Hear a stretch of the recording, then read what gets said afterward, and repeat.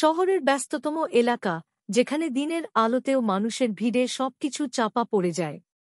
প্রতিদিন হাজার হাজার মানুষ এই রাস্তায় চলাচল করে তাদের নিজ নিজ জীবনের গল্পে ব্যস্ত থাকে।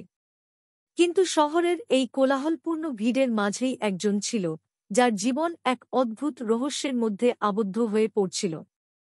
তার নাম ছিল অর্পণ।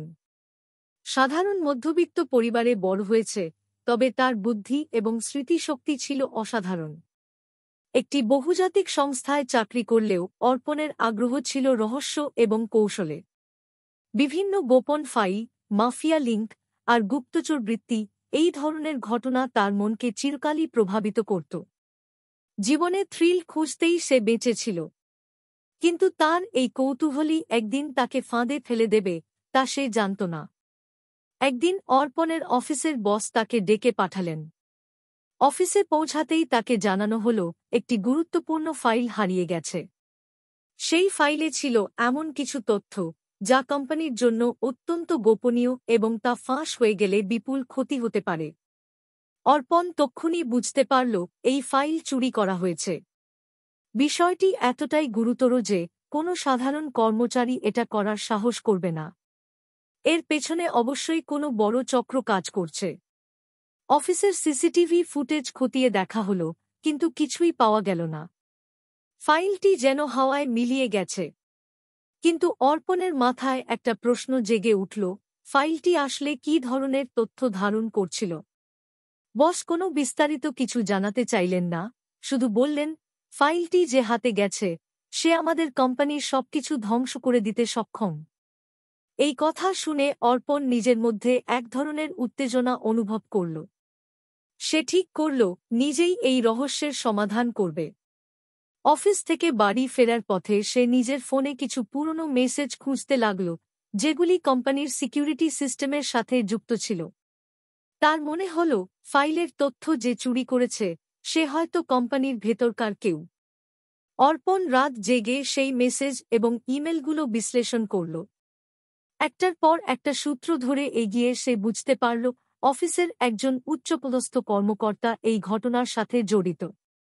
কিন্তু সত্যিকারের অপরাধী কে, সেই নামটা কিছুতেই খুঁজে পাচ্ছিল না। তবু সে বুঝতে পারছিল চোর কোম্পানির অভ্যন্তরে থেকেই কাজ করছে। একদিন গভীর রাতে অফিসের সিসিটিভি ফুটেজের ফ্রেম ফ্রিজ করে অর্পণ লক্ষ্য করল অফিসে তার এক সহকর্মী কাজ করছে।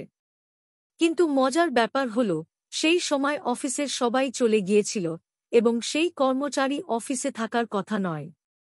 অর্পণ বুঝল এটাই তার সন্ধান করা চোর। কিন্তু এই চুরির পেছনে আসল উদ্দেশ্য কি? অর্পণ সরাসরি সেই সহকর্মীর সাথে মুখোমুখি হতে চাইল না, কারণ সে জানত এটি বড় কোনো চক্রান্তের অংশ হতে পারে। তাই সে ঠিক করল কিছুদিনের জন্য তাকে অনুসরণ করবে। পরের কয়েকদিন অর্পণ সেই সহকর্মীর পিছু নিল। সে দেখল সহকর্মী প্রায়ই অফিসের বাইরে কিছু সন্দেহজনক মানুষের সাথে দেখা করছে। তারা কেউ সাধারণ মানুষের মতো নয়, বরং এদের প্রত্যেকের মধ্যে কিছু একটা গোপন রয়েছে।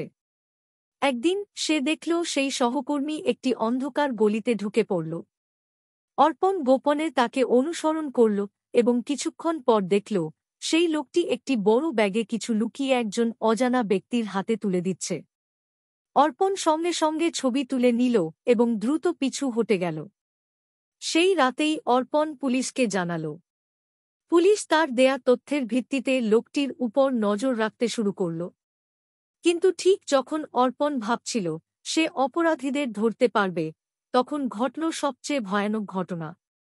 একদিন রাতে তার দরজায় কেউ কড়া নাড়ল। দরজা খুলতেই সে দেখল দুটি মুখোশধারী লোক তার সামনে দাঁড়িয়ে আছে। তারা কোনো কথা না বলেই অর্পণকে ছুরি দেখিয়ে ঘরের ভিতরে নিয়ে গেল। অর্পণকে তারা হুমকি দিয়ে বলল, তুমি যা জানো তা এখানেই শেষ করো, নয়তো তোমার জীবন থাকবে না। অর্পণ তখনই বুঝতে পারল সে আসলে কত বড় ঝুঁকি নিয়েছে। কিন্তু তার হাল ছাড়ার মনোভাব ছিল না। সে পুলিশের সাহায্যে সেই চক্রটিকে ধরিয়ে দেয়, তবে তাদের প্রধান নেতা পালিয়ে যায়। এর মধ্যে একটাই শিক্ষা পাওয়া গেল, রহস্য সমাধানের চেষ্টায় কখনো কখনো জীবন ঝুঁকির মুখে পড়ে যায়, আর সত্যের সন্ধানে যেতে গিয়ে মাঝে মাঝে ছায়ার মতো বিপদও পিছু নেয়।